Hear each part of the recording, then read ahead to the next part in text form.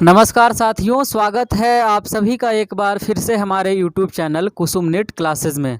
दोस्तों, आज मैं आपको एक नए गेस्ट से मिलवाने वाला हूं जिन्होंने दिसंबर 2018 में हिंदी विषय के साथ JRF क्वालिफाई किया है और वर्तमान में यह दिल्ली विश्वविद्यालय में PhD रिसर्च स्कॉलर के तौर पे कार्यरत हैं। तो आइए दोस्तों, हम लोग आज उनसे बात करेंगे, उनके कहानी के बारे में जानेंगे और कहाँ के रहने वाले हैं और कैसे इन्होंने तैयारी की, क्या क्या रणनीति अपनाई और किन किन परेशानियों को झेला। पेपर 1 के लिए इन्होंने क्या किया, पेपर 2 के लिए इन्होंने क्या किया और कैसे कैसे एक गाँव से उठ करके ये दिल्ली विश्वविद्यालय जैसे शानदार यूनिवर्सिटी में अपने PhD के लिए एडमिशन लिए। तो आइए बारी बारी से इन तमाम सवालों के बारे में जानेंगे हम लोग। तो आइए हम सभी मिल करके स्वागत करते हैं मुन्ना जी का। सबसे पहले तो आपको बधाई हो JRF के लिए। धन्यवाद। तो आइए हम लोग अब ये जानेंगे कि सबसे पहले मुन्ना जी, आप हमारे स्टूडेंट को, हमारे दर्शकों को आप ये बताइए कि आप कहाँ के रहने वाले हैं और कहाँ से आप बिलोंग करते हैं और किस तरीके से आपने बचपन की पढ़ाई लिखाई शुरू की। ये 2 सवाल हैं हमारे। आप मेरा नाम मुन्ना है जी और मैं बिहार का वैशाली ज़िला का रहने वाला हूँ। और जी, आप बिहार के वैशाली से रहने वाले हैं। तो आप ये बताएं कि आप बचपन के प्रारंभिक जो शिक्षा दीक्षा हुई आपकी कहाँ से हुई, कैसे आपने पढ़ाई स्टार्ट किया? मैंने 10वीं तक की परीक्षा शिवसागर विद्या मंदिर रामदौली अपने गांव से ही किया हूँ। और 12वीं की परीक्षा मैंने हाजीपुर से चौरसिया राजकिशोर कॉलेज है वहाँ से किया हूँ। और पटना कॉलेज में फिर मैं पटना पढ़ने आया था और इंजीनियरिंग की तैयारी के लिए। तो वहाँ पे मुझे खास मन लगा नहीं। तो मुझे एक्टिंग का शौक़ था तो और लिखने वगैरह का शौक़ था। तो मुझे एक सीनियर थे जिन्होंने मुझे गाइड किया कि आप जब लिखने और पढ़ने की शौक़ है तो आप इधर इस इंजीनियरिंग में मन नहीं लग रहा तो आप चले जाइए। मतलब हिंदी विषय है एक ऐसा विषय जिसमें आप नाटक, कहानी, गीत, गज़ल पढ़ सकते हैं। तो आपके लिए एक बेस्ट ऑप्शन था हिंदी पढ़ना मुझे लिए। तो मैंने पटना विश्वविद्यालय का उस समय में मैंने इंटरेस्ट दिया और उसमें पास हुआ। तो मैंने पटना विश्वविद्यालय के पटना कॉलेज से मैंने हिंदी साहित्य से स्नातक किया हूँ। अच्छा, बहुत अच्छे। तो आज तो आपके वो सीनियर भी जिन्होंने आपको सलाह दिया था वो प्राउड फील करेंगे। आप दिल्ली विश्वविद्यालय में अभी PhD कर रहे हैं। अच्छा, तो आप ये बताइए कि ग्रेजुएशन जब आप कर रहे थे तो ग्रेजुएशन के समय की आपकी कैसी जर्नी रही? आप ग्रेजुएशन जब पटना कॉलेज से कर रहे थे तो क्या क्या वहाँ पे चीज़ें आपको देखने को मिली और किस तरीके से आपके जीवन में परिवर्तन आया? जब हमारी नामांकन हुई पटना कॉलेज में तो हमने स्टार्टिंग में जब कॉलेज करना शुरू किया, क्योंकि अमूमन कॉलेज करने की प्रथा हमने देखा नहीं था। हमने मतलब जैसे कि इंटर में जो कॉलेज होते हैं वो कॉलेज किया नहीं, ऐसे ही पास किया था। बस एग्ज़ाम देने गया था। तो कॉलेज करने जाने का एक जो अनुभव था ना वो एक बहुत ही अच्छा अनुभव था। और वहाँ से मुझे लगा कि मुझे कॉलेज करने के जाने बाद और प्रोफेसरों के लेक्चर सुनना और प्लस में उनसे मार्गदर्शन पाना एक बहुत ही अच्छा अनुभव था। तो मैंने सोचा कि अगर इस तरीके से अगर प्रोफेसर गाइड करते हैं बच्चों को तो यह इस फील्ड में एक अच्छा मतलब रेस में जाया जा सकता है, इस फील्ड में आगे अच्छा किया जा सकता है इसी फील्ड में। तो मैंने वहाँ से अच्छा से पढ़ाई किया, मतलब कि हिंदी किया हिंदी से। और उसके बाद मैंने MA की परीक्षा के लिए मैंने सोचा कि पटना से आगे निकलना है। तो क्योंकि वहाँ पर मैंने देखा पटना विश्वविद्यालय में स्थिति कुछ अच्छी नहीं रही थी। तो मैंने दिल्ली विश्वविद्यालय के लिए MA के लिए एंट्रेंस दिया था। तो वहाँ पर आके दिल्ली विश्वविद्यालय में एडमिशन हुआ मेरा MA के लिए हिंदी के लिए। तो यहाँ से MA किया मैंने फिर। अच्छा, तो आप ये बताइए हमें कि जब आप ग्रेजुएशन पटना कॉलेज से कर रहे थे उसके बाद वहाँ से आप नामांकन के लिए पोस्ट ग्रेजुएशन के लिए आपने दिल्ली यूनिवर्सिटी को चुना। फिर ये ग्रेजुएशन से पोस्ट ग्रेजुएशन के दौरान आपको कब पता चला कि हमें नेट की तैयारी करनी चाहिए या फिर असिस्टेंट प्रोफेसर बनना चाहिए? कैसे आपके मन में ये ख्यालात आए कि नेट में हमको जाना है, JRF हमको क्वालिफाई करना है, आगे चलकर PhD करना है, रिसर्च स्कॉलर बनना है? ये आप बताएं कि ये चीज़ आपके दिमाग में कब आया? जब मैं पटना कॉलेज के लास्ट ईयर में ही था तो कुछ सीनियर जो थे हमारे जो दरभंगा हाउस में MA कर रहे थे और वो नेट JRF की तैयारी कर रहे थे। तो उन लोगों के माध्यम से हमें पता चला कि नेट JRF है जो जिससे कि तैयारी करके प्रोफेसर बना जा सकता है। तो हमने वहीं से हमारी भी जिज्ञासा जागृत हुई। तो हमने भी वहाँ से उस संदर्भ में हमने भी अपना पढ़ाई लिखाई शुरू किया। कि चलो हमें भी अब नेट JRF की तैयारी करना है। तो हमें सीनियर ने ही मार्गदर्शन दिया कि आप अच्छे विश्वविद्यालय से MA कीजिए और अच्छे से MA कीजिए जो आपको नेट JRF में काम आएगा, और अच्छे से पढ़ेंगे तो आपको अच्छा लगेगा। और तो हमने वहीं से मतलब कि वो ठान लिया कि हमें नेट JRF करना है। हमने दिल्ली विश्वविद्यालय में आया। दिल्ली विश्वविद्यालय में आया तो शुरू के प्रथम वर्ष हमने थोड़ा सा कम समय उस नेट JRF के लिए समय दिया, लेकिन द्वितीय वर्ष से हमने उस पर ज़्यादा फोकस किया। अच्छा जी, बहुत अच्छे। अच्छा, तो आप देखिए, हमारे वीडियो वैसे बच्चे भी देखते हैं जो नेट की तैयारी कर रहे हैं, और वैसे बच्चे भी देखते हैं जो नेट की तैयारी करना चाह रहे हैं, जिनके मन में अभी तक ये भाव नहीं आया है लेकिन अंदर से एक जिज्ञासा होती है। आप उन बच्चों के लिए आप बता सकते हैं कि नेट JRF क्या होता है? आप शॉर्ट में यदि उनके लिए बता सकते हैं कि नेट JRF की क्या उपयोगिता है और इनकी आवश्यकता कहाँ कहाँ पे पड़ती है? क्या PhD के लिए नेट ज़रूरी है, या फिर क्या असिस्टेंट प्रोफेसर बनने के लिए नेट ज़रूरी है? बेसिकली आप ये बताएं कि नेट JRF क्या है और क्यों करना चाहिए हमें नेट JRF? देखिए, हमें नेट JRF क्यों करना चाहिए, तो बच्चों को सोचकर आना चाहिए कि हमें नेट JRF करना है। वो पहले उनकी वो व्यक्तिगत वो सोच होनी चाहिए कि हमें नेट JRF करना है। क्यों करना है, इसका मतलब है कि हम यह बता देते हैं आपको कि नेट JRF से यह होगा कि अगर आपने MA किया है या MA कर रहे हैं, तो आप यह एक ऐसी एग्ज़ाम है जिससे कि आप MA करने के बाद आपको इस तरीके से फ़ायदे मिलते हैं कि नेशनल एलिजिबिलिटी टेस्ट जो होता है वो आपको मिनिमम क्वालिफ़िकेशन है एक एज ए असिस्टेंट प्रोफेसर बनने के लिए। आप किसी भी विश्वविद्यालय में फॉर्म भर सकते हैं। और JRF जो होता है वो JRF जो होता है कि इसमें आपको जूनियर रिसर्च फेलोशिप UGC आपको इसमें स्कॉलरशिप देती है अगर आप PhD या MPhil करते हैं तो 5 साल तक के लिए। तो यहाँ पर इकोनॉमिकल वो समस्या जो दूर हो जाती है बच्चों की, JRF अगर होते हैं तो। और प्लस में आगे की पढ़ाई, क्योंकि आगे की जो पढ़ाई होती है वो लंबी होती है थोड़ा सा, और हम एक ऐसे उम्र में होते हैं जहाँ पर हमें फाइनेंशियल समस्या आने लगती है।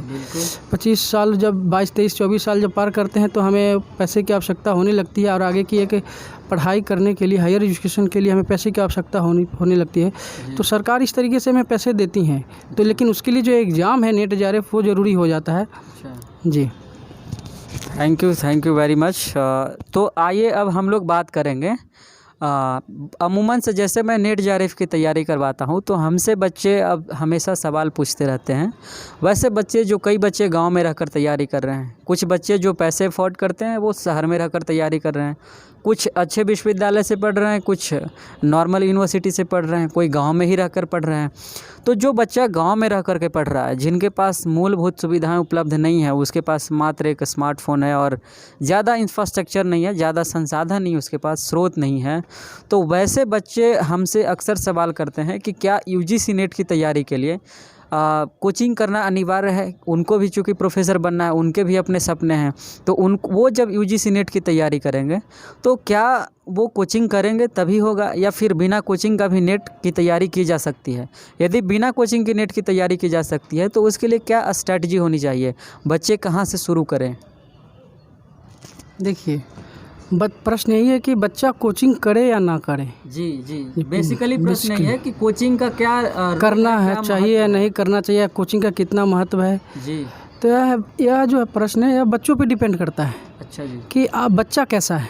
ठीक है, बच्चा कैसा है। अगर बच्चा को अगर जो हर इसकी सिलेबस जो होती है ब्रॉड सिलेबस है, ठीक है, इतनी बड़ी सिलेबस है, तो बच्चा जैसे कि अगर बच्चा कवर कर पाता है खुद से, अगर सेल्फ स्टडी से, हाँ, तो यह बहुत ही अच्छी बात है।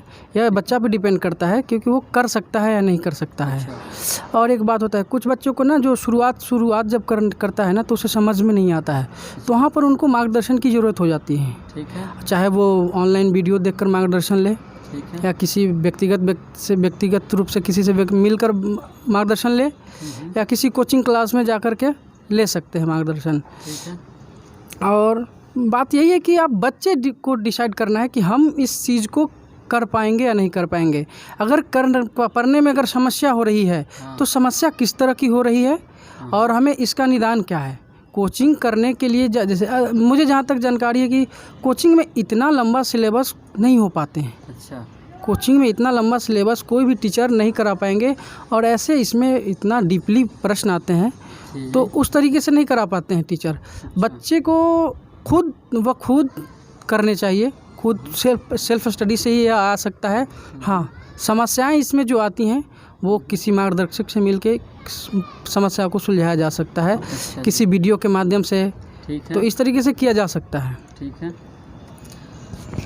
चलिए बहुत बधाई हो। तो वैसे आप ये कह रहे हैं कि वैसे छात्र जो कोचिंग अफोर्ड नहीं करते हैं वो भी तैयारी करके सेल्फ स्टडी से निकाल सकते हैं? जी बिल्कुल कर सकते हैं, बिल्कुल कर सकते हैं, स्वयं से वो कर सकते हैं, अगर खुद से पढ़ के कर सकते हैं।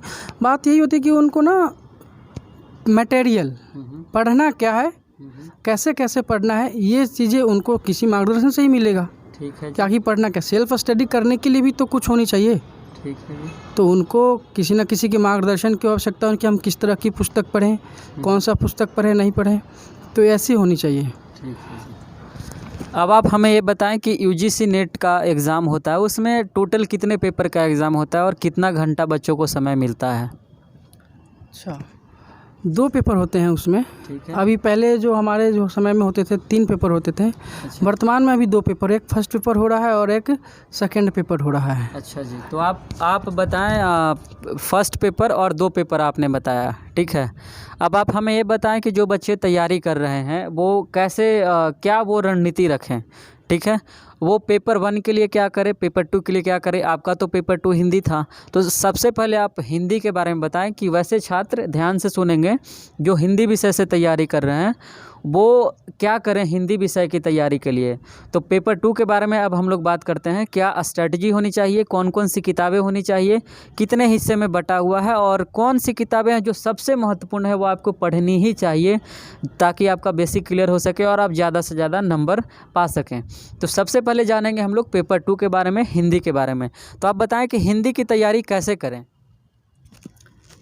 हिंदी की तैयारी करने के लिए आचार्य रामचंद्र शुक्ल, ठीक है, एक ऐसी पुस्तक है जो हर विद्यार्थी को अच्छे तरीके से पढ़ना चाहिए।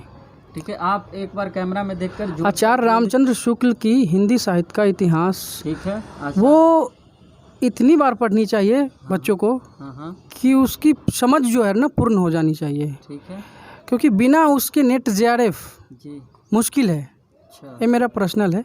अच्छा, हाँ जी, बिल्कुल, ये मेरा पर्सनल है कि बिना उसको पढ़े हुए, उस पुस्तक को पढ़े हुए आप नेट जेआरएफ की कल्पना नहीं कर सकते हैं। अच्छा जी, बिल्कुल। तो मेरा यही कहना है कि आचार्य रामचंद्र शुक्ल जी को ज़रूर पढ़ें, उनकी पुस्तक वो है। मैंने एक बच्चन सिंह का हिंदी आधुनिक साहित्य का जो इतिहास है, आधुनिक साहित्य का इतिहास पढ़ा था, ठीक है, बच्चन सिंह जी का। मैंने हिंदी गद्य साहित्य का इतिहास पढ़ा था, आचार्य रामचंद्र तिवारी जी हैं, अच्छा, उनका रामचंद्र तिवारी जी, रामचंद्र तिवारी जी की पुस्तक है। और एक पांडे जो बहुत पढ़ते हैं लोग, अच्छा, पांडे एंड पांडे जी, गोविंद पांडे हैं, सरस्वती पांडे की पुस्तक है।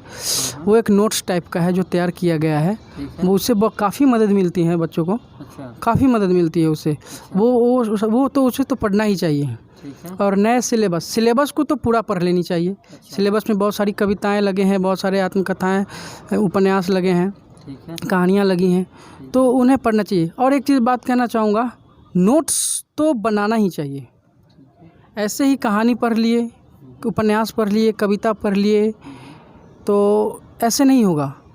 उसको नोट्स बनाना चाहिए, उससे नोट्स बनाना चाहिए कि इन्होंने क्या लिखा है, क्या क्या मतलब क्या उद्देश्य है इस उपन्यास की, पात्र को उसको ध्यान से रखा जाना चाहिए, पात्र को ध्यान में रखा जाना चाहिए।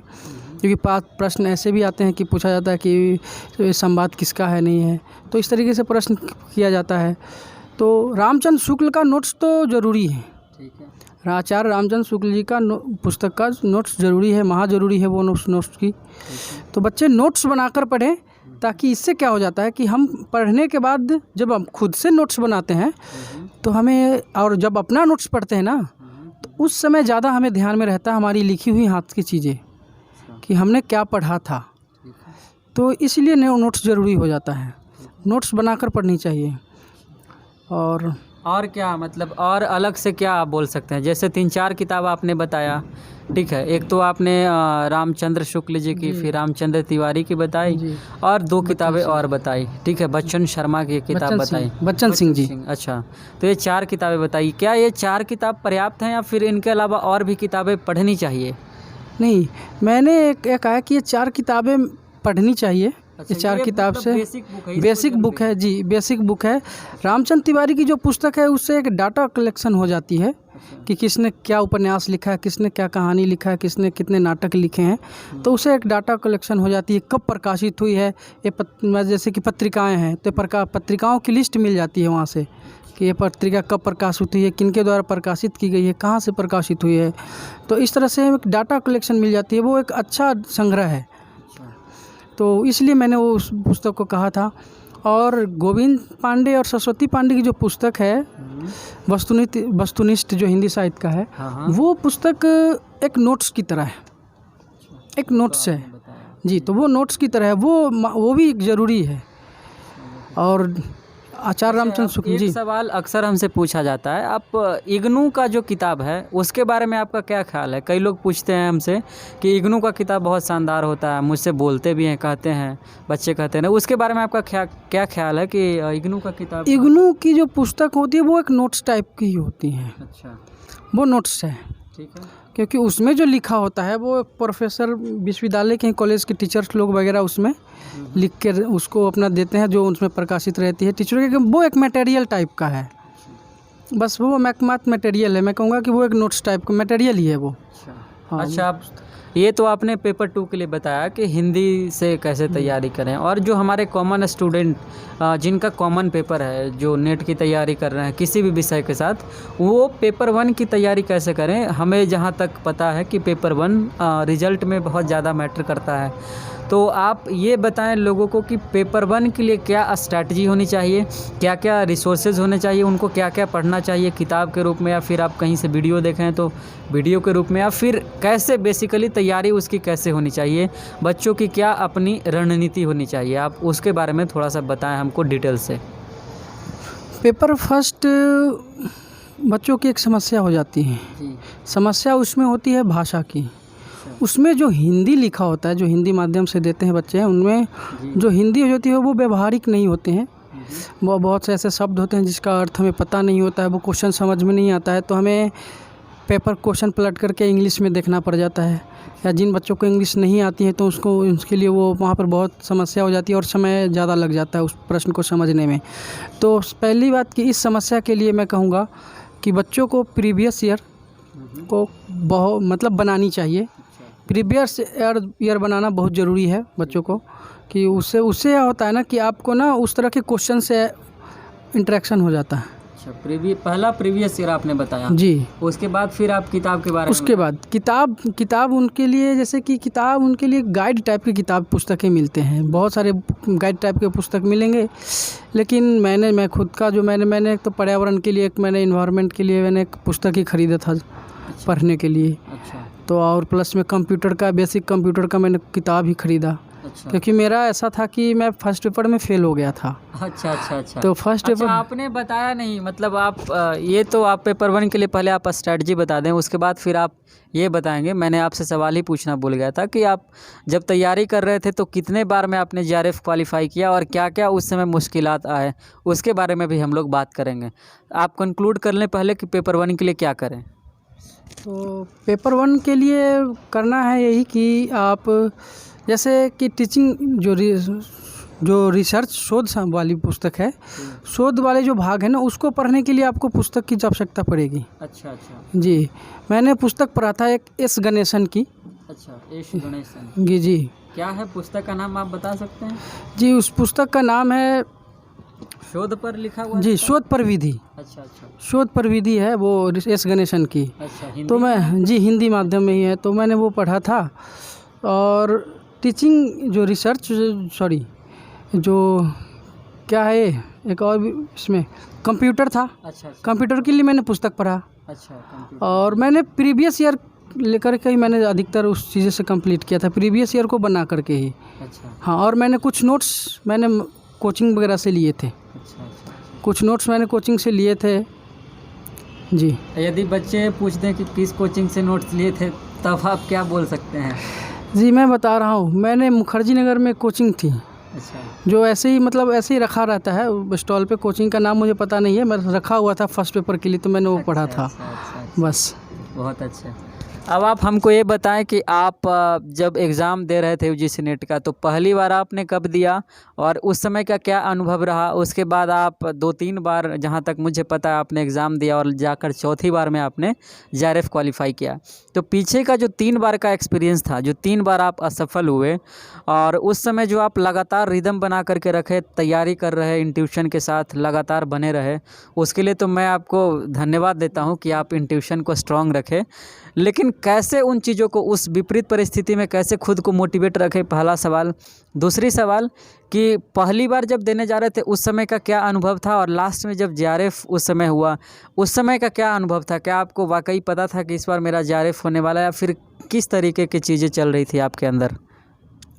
जब मैं एमए में था तो फर्स्ट ईयर में था, तो मुझे लगा कि मुझे मित्रों ने कहा कि भाई नेट के एग्ज़ाम का फॉर्म भरेंगे और एग्ज़ाम पेपर देंगे।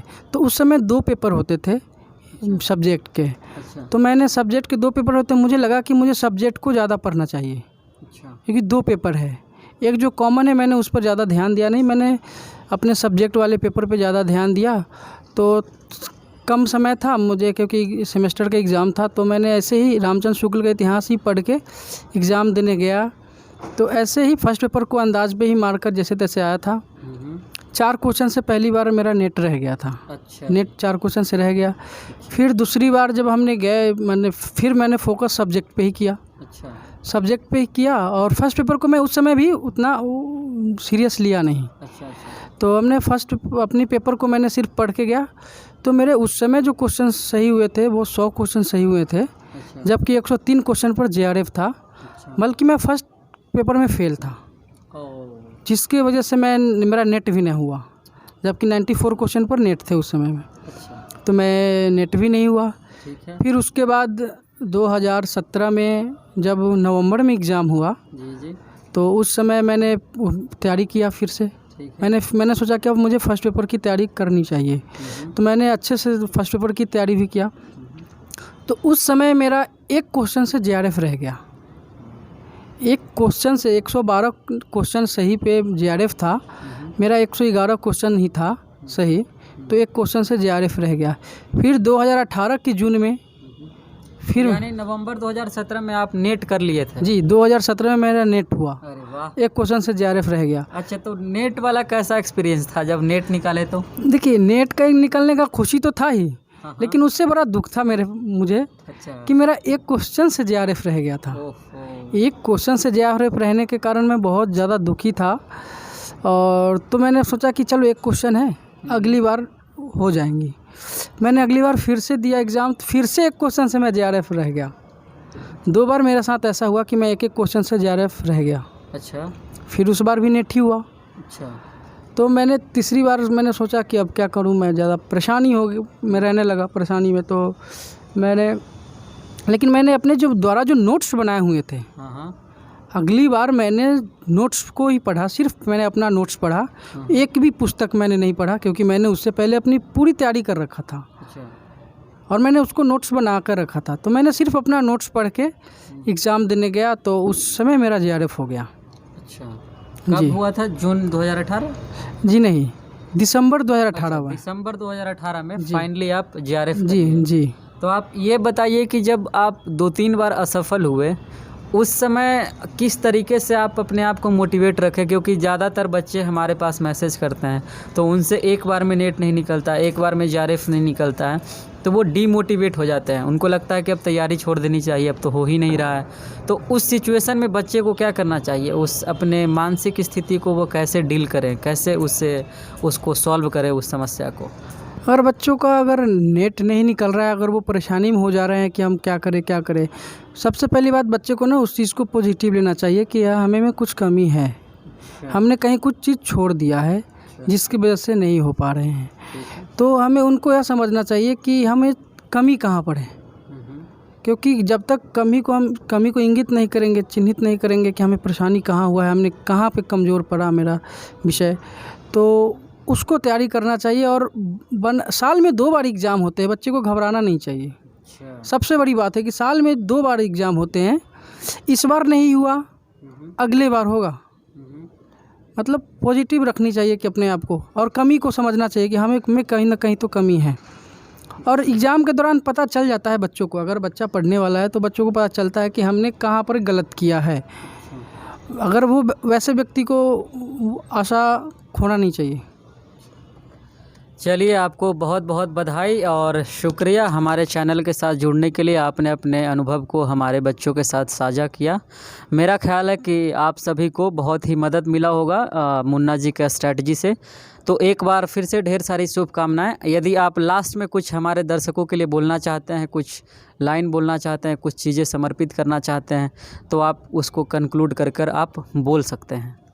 देखिए, बहुत बहुत धन्यवाद। आप कैमरा में मैं लास्ट में यही कहना चाहूँगा बच्चों को कि ये पेपर एग्ज़ाम जो होता है ना, साल में 2 बार होता है, और घबराना नहीं चाहिए कि हमारा इस बार नहीं हुआ तो क्या करें, साल ख़राब हो जाएगा, ऐसा कुछ नहीं है। आप नोट्स बनाकर पढ़ें, मटेरियल जहाँ से भी मिल रहा हो, जैसे भी मिल रहा हो, ऑथेंटिक बुक कर पढ़ें। तो ज़्यादा आप डीपली पढ़ें, क्योंकि सिलेबस इतना वो हो चुका है कि अब आपको बिना ऊपर से पढ़ेंगे तो आपको मुश्किल है फिर। तो आप डीपली पढ़ें चीज़ों को, और नोट्स बनाकर पढ़ें। धन्यवाद। Thank you. तो दोस्तों, आप इसी तरह का अपडेट देखने के लिए हमारे चैनल के साथ जुड़े रहें। फिर मैं अगले वीडियो में एक नए गेस्ट के साथ आपको मिलवाऊंगा, एक नई स्ट्रैटेजी के साथ। तब तक के लिए आपको ढेर सारी शुभकामनाएं। आप अच्छे से तैयारी करें, आपका एग्ज़ाम भी है 2-3 दिन में। अच्छे से जाइए, मेहनत करके पेपर 1 पे फोकस कीजिए, और जल्दी से जल्दी मुन्ना जी की तरफ भी आप भी JRF करें और अच्छे से शानदार विश्वविद्यालय में पढ़ाई करें। तो thank you very much to join me. धन्यवाद।